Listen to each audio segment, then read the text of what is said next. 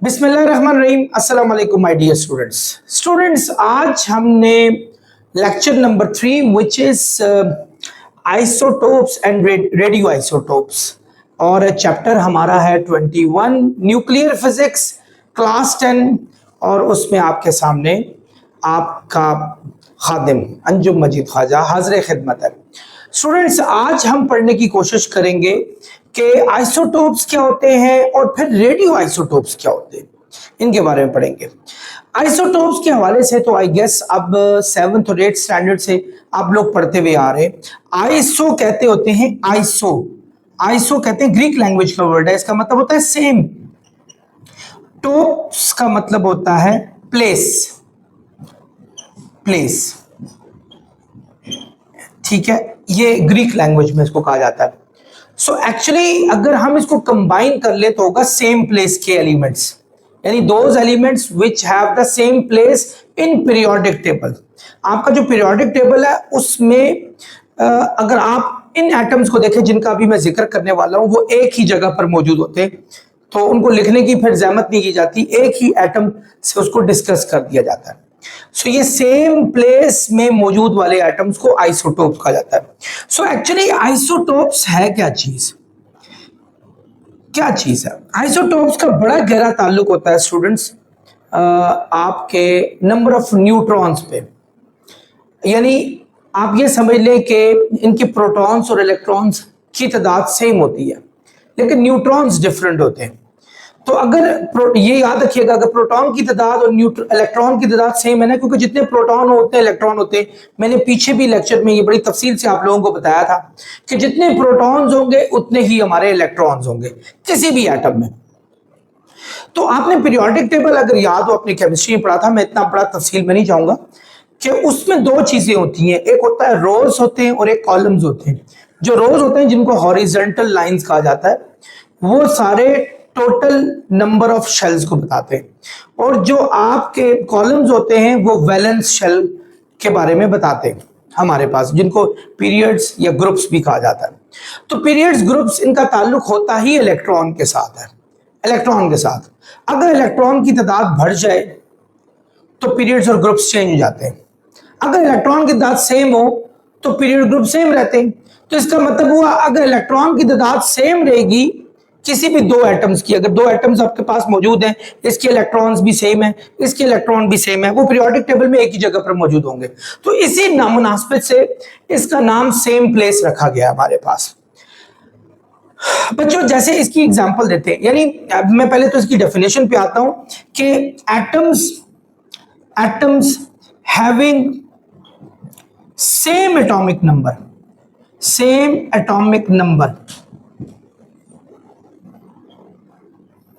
but different mass numbers या atomic mass numbers, ठीक है, ऐसे उनको क्या कहा जाता है? आइसोटोप्स कहा जाता है, यानी जिनके एटॉमिक नंबर सेम हो और मास नंबर डिफरेंट हो। आप लोगों को पिछले लेक्चर में बताया था एक एटम को जो रिप्रेजेंट करने का साइन ये होता है, एटम, उसके ऊपर एटॉमिक मास नंबर लिखा जाता है और साथ ही नीचे एटॉमिक नंबर लिखा जाता है। जैसे फर्ज करें अगर हम यूरेनियम का जिक्र कर रहे हैं, यूरेनियम के 235 जो एटॉमिक मास नंबर है वो ये है, और एटॉमिक नंबर 92 हमारे पास नीचे है, ये हमारे पास दिया, तो ये एटॉमिक मास नंबर होगा, ये एटॉमिक नंबर होगा। एटॉमिक मास के हवाले से भी मैंने लेक्चर नंबर 2 में बड़ी तफसील से बताया था।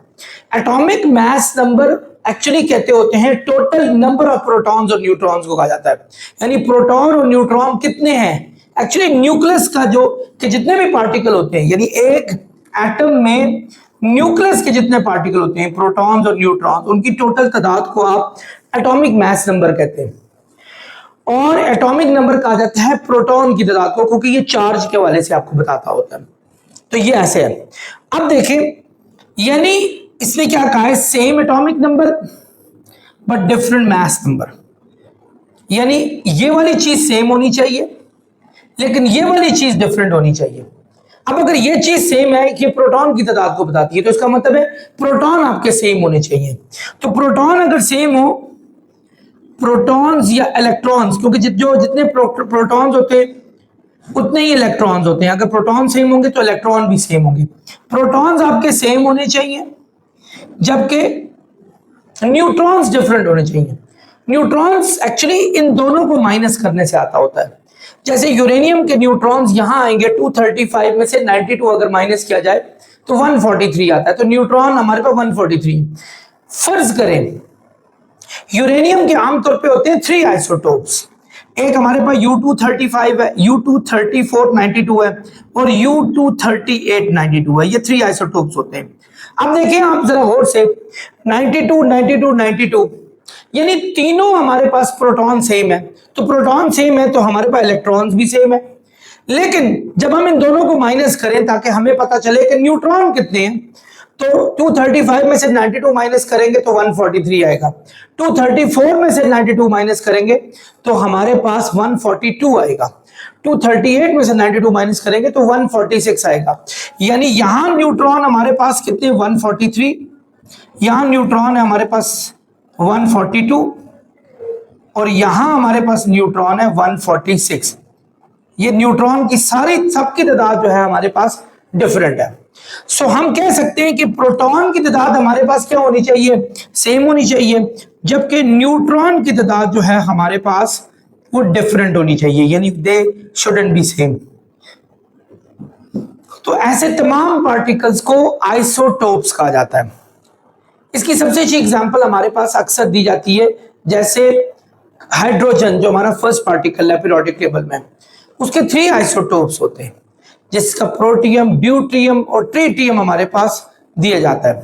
प्रोटियम जिसमें ये देखिए एक H11 है जिसको प्रोटियम कहते हैं,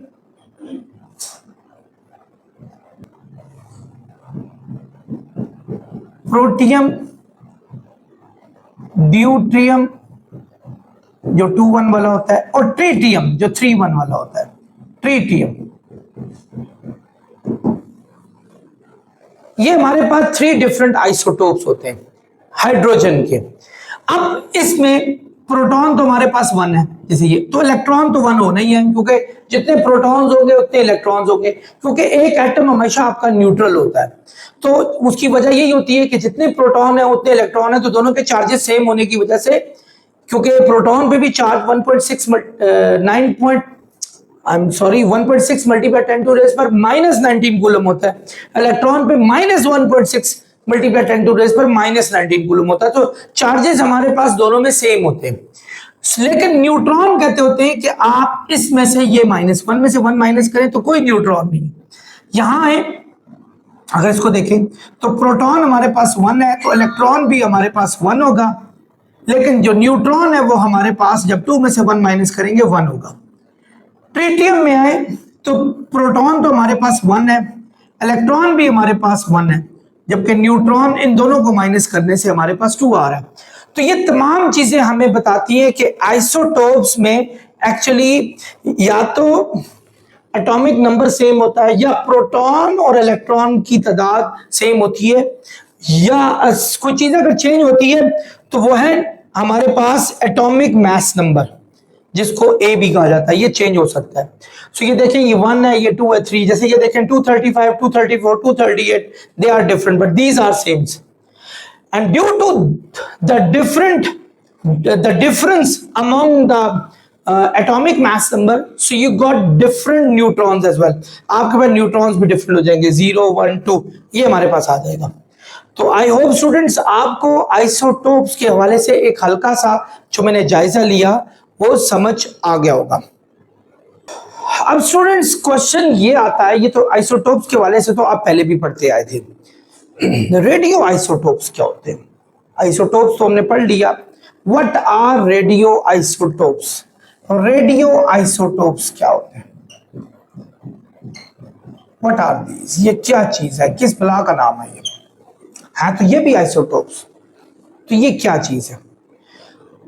स्टूडेंट्स जैसा कि मैंने आपको कहा कि एटम्स के आइसोटोप्स एग्जिस्ट करते हैं। जैसे अभी मैंने इसकी एग्जांपल दी, जैसे यूरेनियम के 3 थे, यहाँ मैंने लिखे हुए थे, हाइड्रोजन के हमारे पास 3 थे, इसने कार्बन के आप देखें 12 6 वाला होता है और एक 14 6 वाला।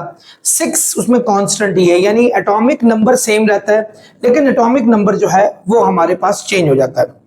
अब इन ये जो आइसोटोप्स जिनका मैं जिक्र कर चुका हूं, या तो ये एग्जिस्ट करते हैं या ये क्रिएट भी किए जा सकते हैं, लैब्स में बनाए जा सकते हैं, अपनी नीड के लिए बनाए भी जा सकते हैं।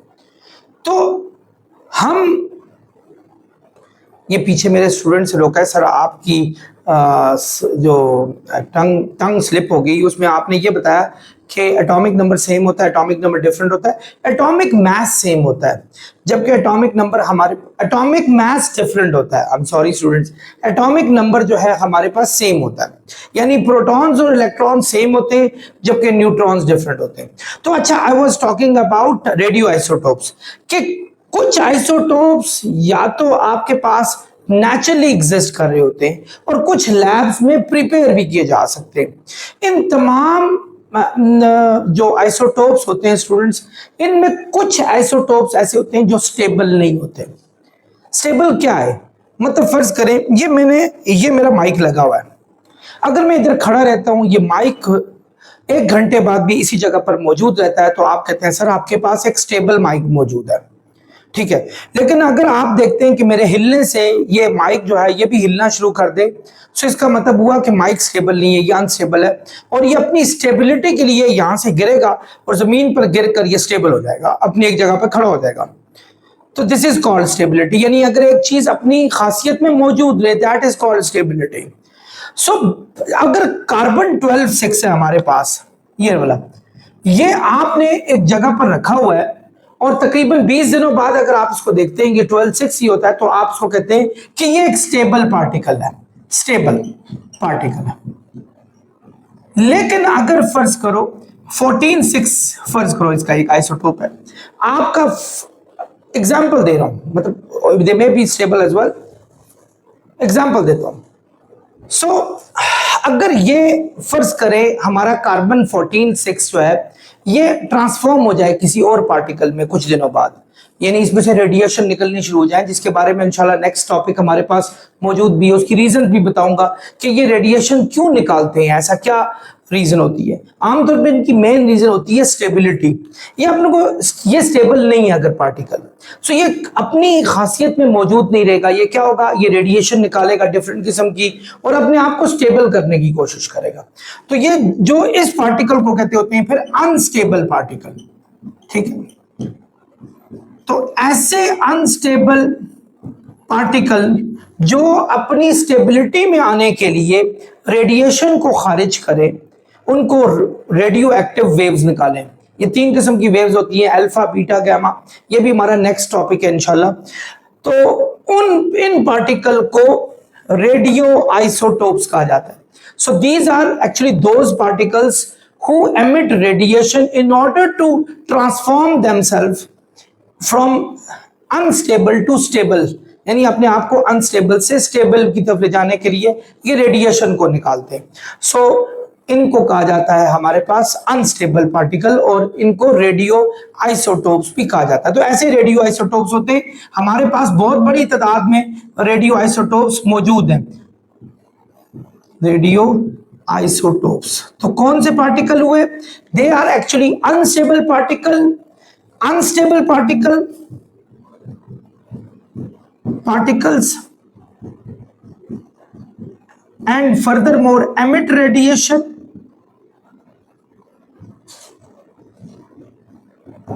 to become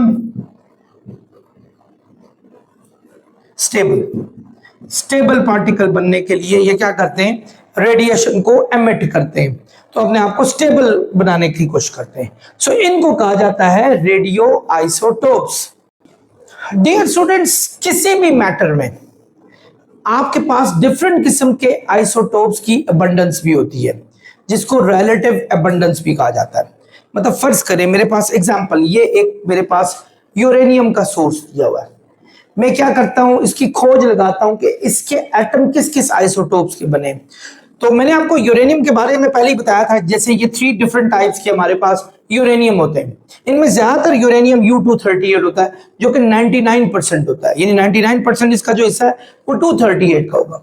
अबाउट 1.1% के करीब करीब जो होगा वो 235 का होगा और जो रेस्ट होगा वो 234 का होगा हमारे पास। तो इनको एक खास तरीके से निकाला भी जा सकता है, इनको निकालते होते हैं किसी ना किसी तरीके से। तो इसको वैसे आप एक खास जो इसका एक नाम भी है हमारे पास, इसको एनरिचमेंट ऑफ पार्टिकल कहा जाता है, एनरिचमेंट ऑफ पार्टिकल, और ये खास किस्म के एक मेथड से निकाला भी जाता है। इसी तरह नियॉन का जिक्र करें, नियॉन के बारे में आप लोगों ने पढ़ा हुआ है, नियॉन 20 वाला जिसका एटॉमिक मास 20, क्योंकि एटॉमिक नंबर तो सेम होंगे। वो हमारे पास नियरली किसी भी एटम के अंदर देखा जाए तो 90.28% होता है नियरली नियॉन, इनफैक्ट 48% होता है। इसका नियॉन जो है 21 वाला वो हमारे पास 0.27% होता है, और नियॉन 22 वाला जो हमारे पास है वो 9.25% होता है। यानी अगर हमारे पास नियॉन का सैंपल पड़ा हुआ है तो आप उसमें से अगर डिफरेंट किस्म के आइसोटोप्स निकालेंगे आपको सबसे बड़ा आइसोटोप नियॉन 20 वाला मिलेगा जिसका एटॉमिक मास 20 है। एटॉमिक मास 21 वाला उससे कम होगा, बल्कि बहुत कम होगा, और 22 वाला कदरे कम होगा, इन 9.25% हो गए। तो इस तरह यूरेनियम का भी मैं बता चुका हूं, यूरेनियम U238 हमारा ये 99% होता है। इसका यूरेनियम 235 वाला अबाउट 1% होता है, और बहुत ही छोटी अमाउंट में हमारे पास U234 होता है। तो अगर आपके पास सैंपल U238 हमारे पास यूरेनियम का सैंपल पड़ा हो तो U238 99% निकालेगा। अब इनको अलहदा करने के भी कुछ प्रोसेस होते हैं जिनका मैंने आपको बताया था, एनरिचमेंट कहा जाता है, जैसे enrichment of uranium, enrichment of neon, निकालते होते हैं। बिल्कुल ऐसा ही है जैसे आपके पास अगर मटर पड़े हुए, कुछ रेड कलर के मटर हैं और बहुत सारे ग्रीन है, आप रेड मटर को अलहदा करें, and this is called enrichment of peace, क्योंकि मटर को पीस कहा जाता है। तो इसी तरह आपके पास अगर बहुत सारे पार्टिकल मौजूद हैं तो आप उनमें से जो हैं डिफरेंट पार्टिकल्स, जो डिफरेंट आइसोटोप्स के उनको निकाले, उनको उसका एनरिचमेंट कहा जाता है। तो ये था बच्चों हमारे पास रेडियो आइसोटोप। रेडियो आइसोटोप के बहुत फायदे हैं स्टूडेंट्स। आजकल हमारी मेडिकल साइंसेस में हो जाए या डिफरेंट फील्ड में, हमने रेडियो आइसोटोप्स की वजह से बड़ी तरक्की की है। रेडियो आइसोटोप से हमारे पास कैंसर के इलाज होते हैं, आर्टिफिशियल तरीके से रेडियो आइसोटोप प्रोड्यूस करके उनमें से जो रेडिएशन निकाली जाती है उस रेडिएशन से आपके कैंसर के इलाज का भी जो है इलाज किया जाता है। इस तरह ट्रेसर्स में यूज होता है, ये आपको आगे जाकर बताऊंगा। बहुत सारी जगहों पे जो हमारे पास रेडियो आइसोटोप्स है उनका इस्तेमाल होता है। और एक बड़ी इंपॉर्टेंट बात कि पीरियोडिक टेबल का जो पहले 80 एलिमेंट्स हैं, यानी फर्स्ट 80 एलिमेंट्स